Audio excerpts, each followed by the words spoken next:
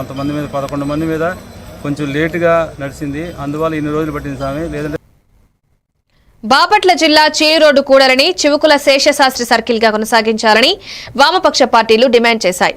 చీనిరోడ్డు సెంటర్లో ఉన్న చివుకుల శేషశాస్త్రి స్తూపం వద్ద సిపిఎం సిపిఐ నాయకులు మాట్లాడుతూ 2016లోనే ఆనాటి కౌన్సిల్ ఈ సెంటర్ను చివుకుల శేషశాస్త్రి సర్కిల్ గా తీర్మానించిందని గుర్తు చేశారు. ఆ తీర్మానాన్ని పక్కన పెట్టి కొత్తగా పేరు మార్చాలన్న ప్రకటనను వెంటనే ఉపసంహరించుకోవాలని డిమాండ్ చేశారు. ఈ కార్యక్రమంలో సిపిఐ ఎంఎల్ న్యూ డెమోక్రసీ రాష్ట్ర నాయకులు మేకల ప్రసాద్, సిపిఐ బాపట్ల జిల్లా కార్యదర్శి తన్నీరు పాల్గొన్నారు.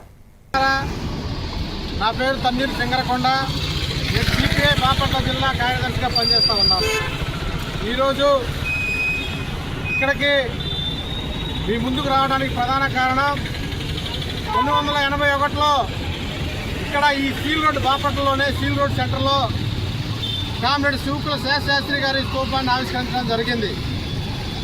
ఒక కమ్యూనిస్టులే కాదు, కాంగ్రెస్ వాళ్ళే కాదు, బాపట్ల ప్రజానీకం కులాలకు అతీతంగా, మతాలకు అతీతంగా, పార్టీలకు అతీతంగా ఆ రోజు స్తూపాన్ని నిర్మించడం జరిగింది.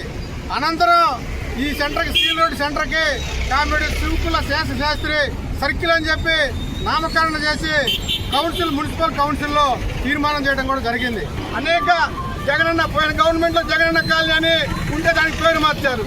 మీరు పేరు మారుస్తారు, ఏదైనా మారుస్తారు, పేద ప్రజలు ఎక్కడైతే ఉన్నారో అక్కడ వాళ్ళు అభివృద్ధి చేయమని చెప్పి మేము అడుగుతా చేస్తే భవిష్యత్తులో భారత కమ్యూనిస్ట్ పార్టీ, సిపిఐ, అదేవిధంగా వామపక్షాలు, మిగిలిన అన్ని రాజకీయ పార్టీలు, దళిత సంఘాలని, ప్రజాస్వామిక వాదులందరూ కూడా కలుపుకొని భవిష్యత్తులో ఉద్యమాన్ని కొనసాగిస్తామని చెప్పి ఈ సందర్భంగా అధికారుల్ని, అదేవిధంగా ఎమ్మెల్యే గాని ప్రజాప్రతినిధులను కూడా హెచ్చరిక చేస్తాం.